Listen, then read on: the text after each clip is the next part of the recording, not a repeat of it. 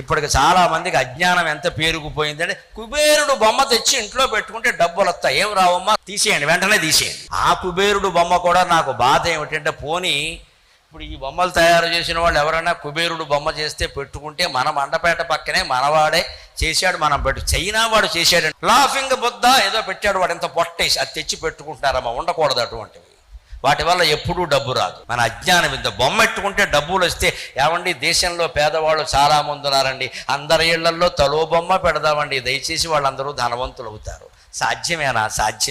ఎందుకు అజ్ఞానంతో ఏడుస్తారు? బొమ్మల వల్ల డబ్బులు రావమ్మా. ఇంట్లో ఉన్న బొమ్మను అమ్మవారిగా భావించి ప్రార్థించి మన మనస్సులోకి మనం చూసుకుని మన సంస్కారాన్ని ప్రవర్తనని కాపాడుకుంటే ధనం కురుస్తుంది ఖచ్చితంగా, అందులో అనుమానమే లేదు. బొమ్మల వల్ల డబ్బులు రావు. ఈ పిచ్చి నమ్మకాలు వదిలిపెట్టండి. ఆ బొమ్మ ఏదో ఇచ్చాం, ఏ దిశలో పెట్టాం, ఆ దిశలో పెట్టి ఎక్కడ పెట్టినా ఒకటే. దానివల్ల ఏమి రావు, నువ్వు తీసి తుడుచుకోవడం ఒకటే. ఇక్కడ